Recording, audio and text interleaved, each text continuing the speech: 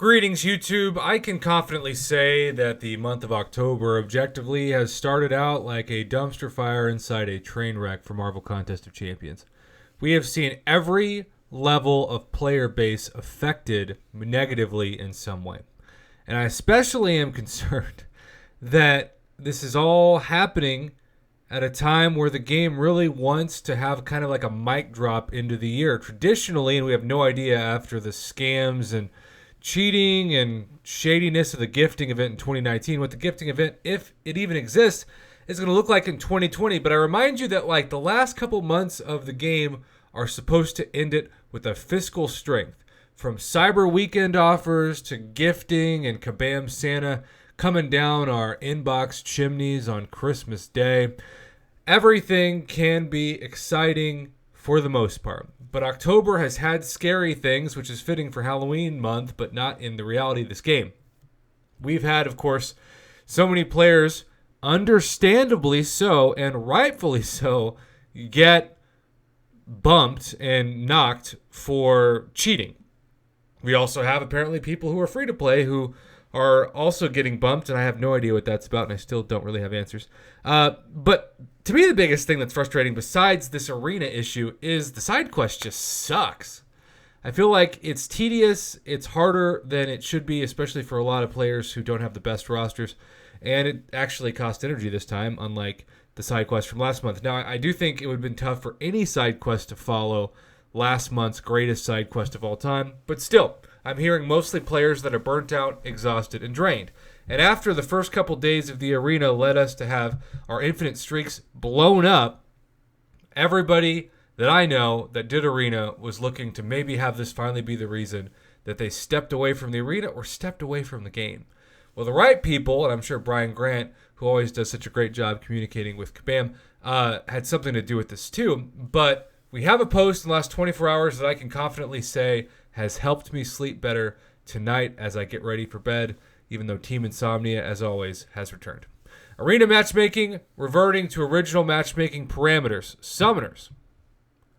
This week, we rolled a change to matchmaking in arenas with the intention of making arenas more manageable by reducing the number of death matches that summoners ran into. That's a great thing on paper, right? But we know what happened. This had the unfortunate knock-on of killing the infinite streak that players have come to rely on. This was not our intention. Ironically, you're trying to get less death matches and you end up getting way more. It's like thinking you've killed a bug and then you open your door and like 30 wasps fly straight into your house. We will be reverting the changes to matchmaking on Sunday, October 11th, so aka this Sunday, before the second run of the Red Goblin Arena. I hope this also means, because tomorrow / technically today is the Tier 4 Basic Arena, which so many people run. I hope that that is not affected by the death matches. I'll post a video about it if it is, because I'll be doing it pretty soon. The changes to AI will remain. Now that is awesome. So same matchmaking, but more aggressive AI. I thought that's what they were going to do in the first place, but clearly they tried to do two things at once, and one just didn't work. What I'm most fascinated about is because so many people don't have the rosters to go through easily with the 4-star featured, and especially the 5-star featured. I wonder if that first top 5%, half of 5-star crystal, 5,000 5-star shards is going to be manageable. And I especially wonder what some of those ending places, the top 300 for the 5-star Red Goblin are going to look like. Maybe it'll be a crazy score, maybe it won't be. But either way, it's a first in terms of data, and I look forward to reporting on that on Sunday. But until then, I also look forward to attempting to get ready for bed. Thank you to everybody, including Mr. Alex, for passing this on to me.